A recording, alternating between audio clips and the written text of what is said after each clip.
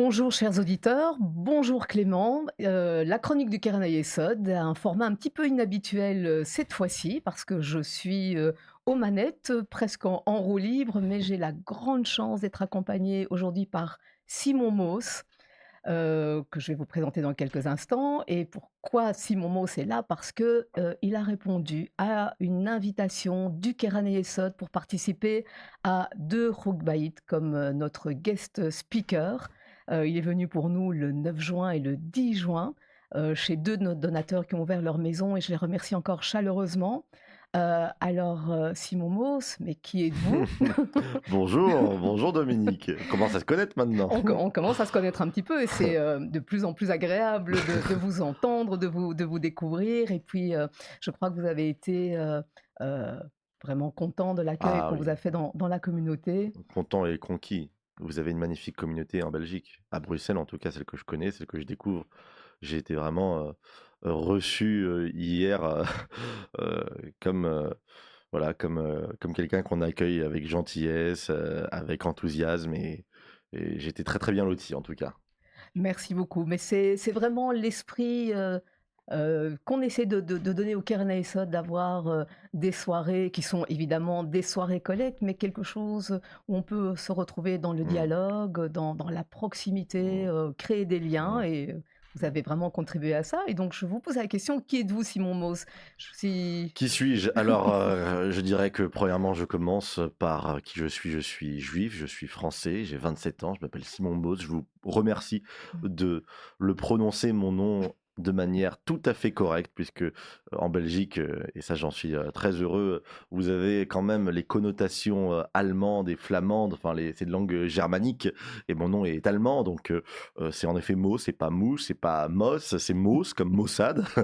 Je suis, voilà, je suis éditorialiste, conseiller, en, communication, politique.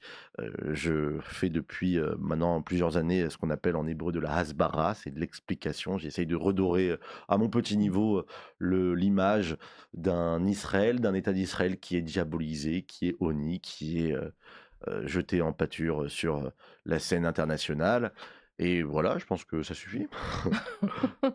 Oui, alors je peux peut-être Mais rajouter que, rajouter? voilà, que vous avez fondé votre média In Plus. Bon, Et que j'alimente plus trop aujourd'hui, c'est je fais plus d'activités, j'alimente plus mon compte personnel Simon Mauss, mais c'est vrai que c'est comme ça que j'ai commencé à faire, voilà, de la défense d'Israël, IN+, qui était un média précisément en ligne que je voulais être, le format contraire à AJ+, qui est la ouais, version jeune, connectée, digitale et qui épouse les codes de la communication moderne, mais qui est la filiale d'Al Jazeera.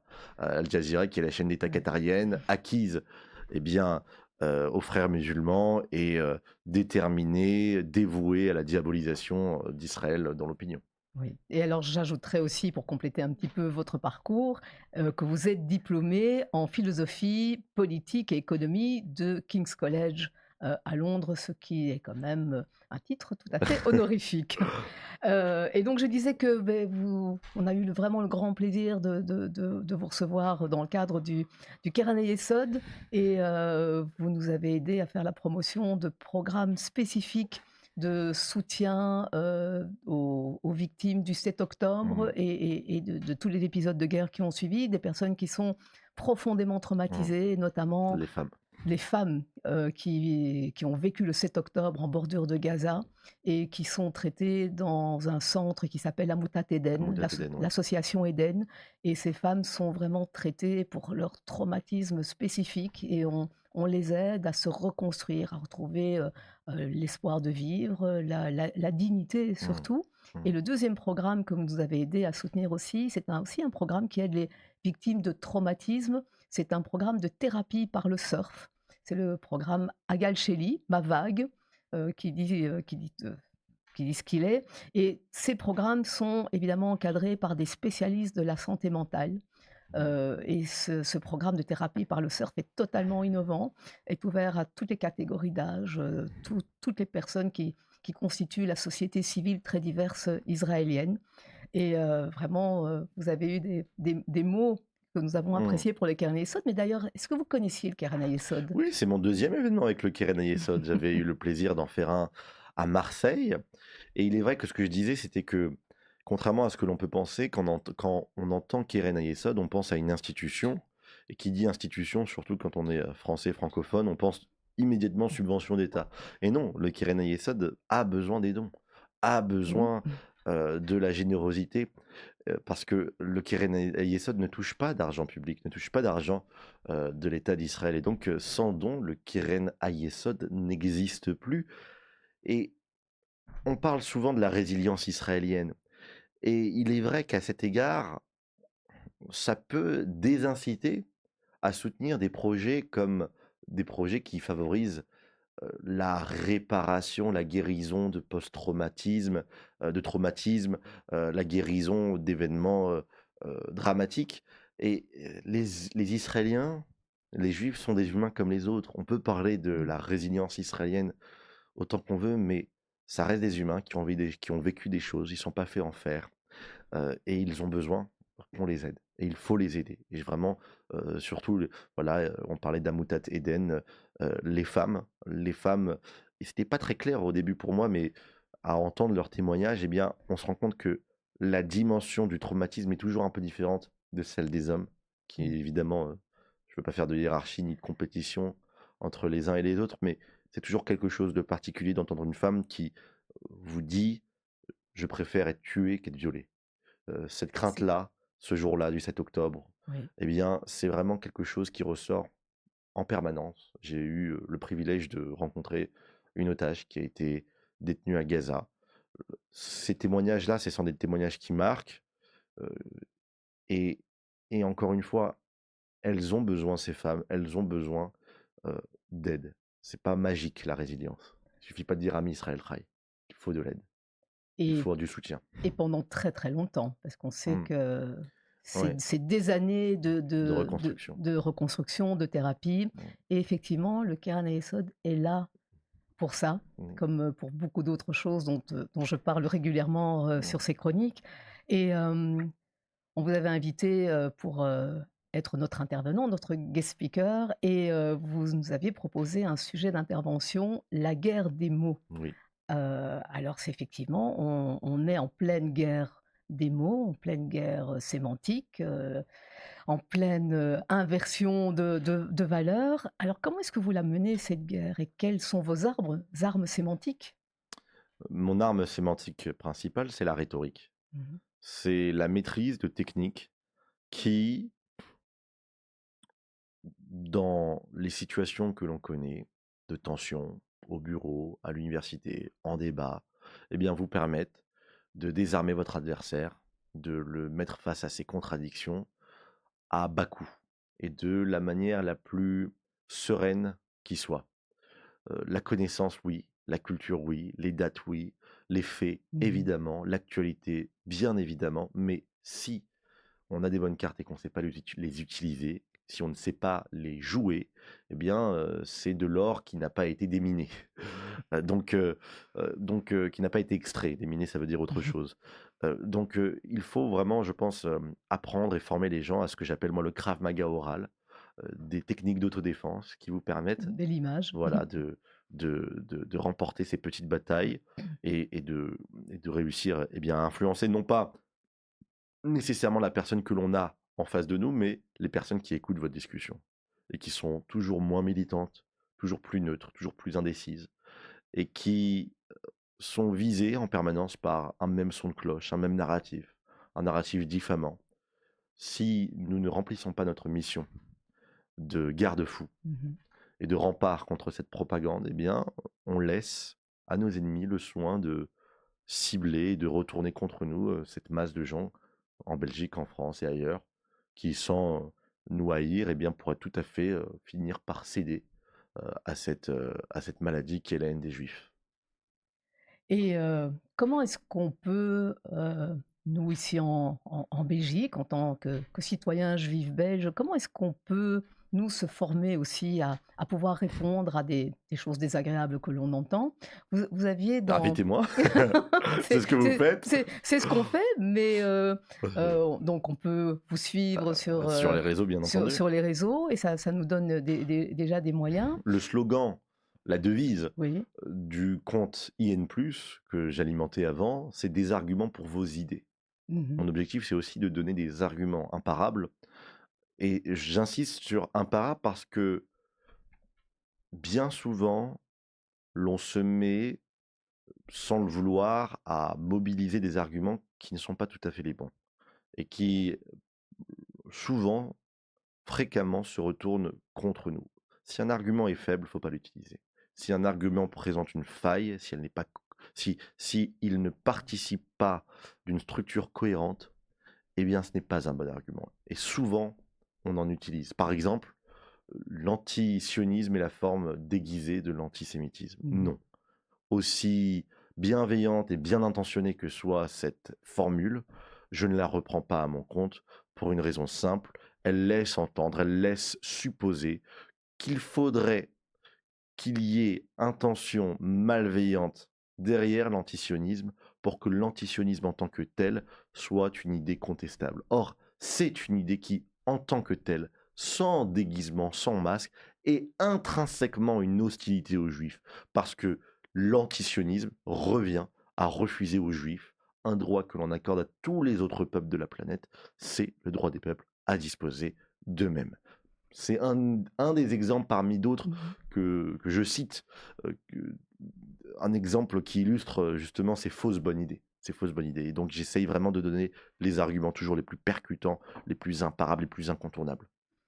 Est-ce que vous avez déjà pensé, par exemple, à former, je dirais pas des disciples, mais former, d'autres personnes qui pourraient, aller dans les communautés en et f propager, enseigner votre méthode? Parce que vous avez fait quelque chose de très, très intéressant lors, du Rock-Bailly du 9 juin. Vous avez demandé à une jeune qui était là, la fille de nos hôtes, de faire un petit exercice. On a fait une mise en situation. Une mise en situation et je vous avoue que j'ai regardé un peu les adultes autour de moi et même moi, j'étais quand même très mal à l'aise Oui. parce que, avec quand même une certaine expérience, que j'ai maintenant, je n'aurais pas pu répondre correctement, à la pression que vous meniez.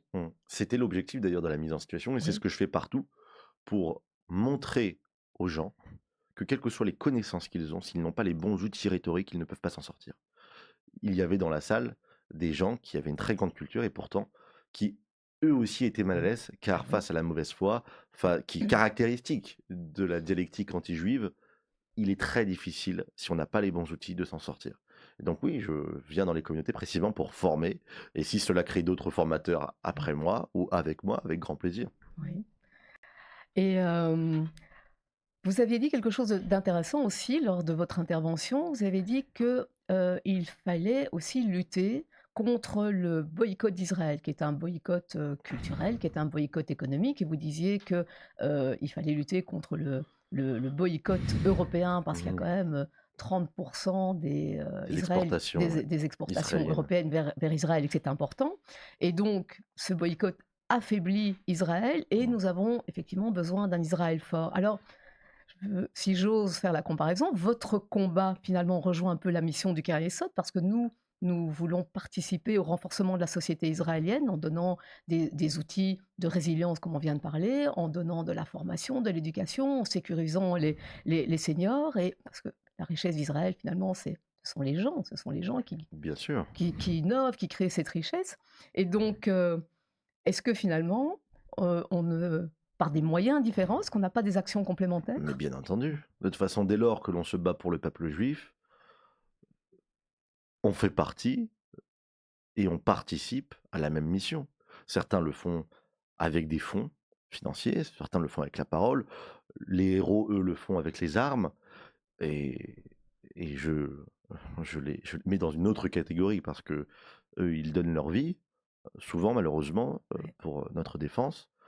Euh, on essaie tous de faire voilà, des choses à notre niveau, selon notre spécialité, selon nos goûts. Certains le font via la culture, via les collectes de dons, comme le Keren Ayesod, d'autres, voilà, par le renforcement mental, psychologique, le renforcement intellectuel. Mmh. C'est pas le nombre qui détermine la puissance du peuple juif, mais c'est ce qu'on a dans la tête et c'est notre ferveur. À cet égard, je dois bien dire que on a un peuple magnifique qui regorge de talent, qui regorge vraiment d'une grande diversité de génies, voilà, chacun dans sa catégorie et je suis très très fier d'appartenir à ce peuple. Mais on est très, très fiers que vous fassiez effectivement partie de ce C'est peuple pas, aussi, oui, parce que c'est c'est c'est vrai c'est que vraiment pas grand-chose. c'est, vous êtes très jeune et on se plaint, nous, souvent dans nos communautés, de ce manque de relève, de ce manque d'implication et j'espère que vous allez inspirer beaucoup d'autres jeunes, comme vous, qui auront envie de faire des choses, de s'exprimer, je dirais en quelque sorte de sortir du bois parce que c'est pas tellement C'est facile, pas facile. C'est pas facile parce que lorsqu'on est à l'université, que l'on s'exprime, qu'on l'on ose s'exprimer publiquement, eh bien, nécessairement, inévitablement, on s'attire euh, l'ostracisation, on s'attire la stigmatisation. Et ça, c'est un message que, dont me font part le plus souvent les étudiants quand je leur parle.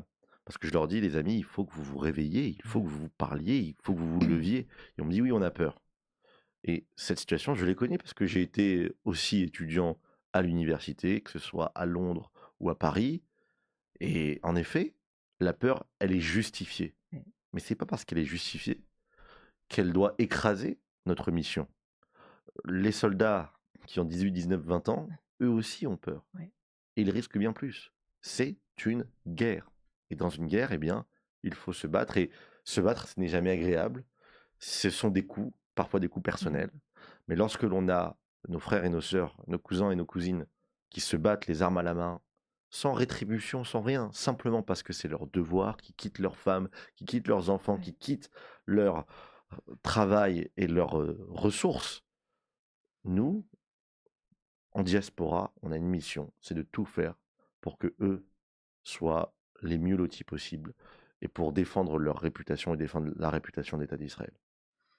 Eh bien, nous allons continuer ensemble, Keren et Esod, vous Simon Mauss, et on va continuer à défendre cet État d'Israël auquel on tient tant, Mhm. que ce soit par les mots, que ce soit par des dons, Par les par dons. l'organisation de Mhm. soirées. Mhm. Et d'ailleurs, je refais un appel, comme je le refais maintenant régulièrement, chers auditeurs, si vous avez envie d'organiser chez vous un Roukbaït, une soirée conviviale avec vos amis, avec un orateur Un comme atelier. comme Simon Mauss, mais n'hésitez pas, dites-le nous, appelez-nous et Simon Mauss, j'espère qu'on aura le plaisir de vous accueillir encore pour un Rukba'it parce que vous aurez, normalement en janvier, si vous travaillez bien, Si je travaille bien, oui. vous terminerez votre livre et on espère, que vous viendrez nous le présenter ici à Bruxelles et merci pour Avec votre grand plaisir. soutien au Keren Esot. Bonne chance dans tous Merci beaucoup et vos merci de m'avoir combats. reçu. Voilà. Merci beaucoup, chers auditeurs. N'oubliez pas, soutenez le Carnet Essot, c'est important. Allez sur notre site kh-belux.org. Suivez nos chroniques, suivez nos newsletters et toute notre actualité. Shabbat Shalom. Shabbat shalom.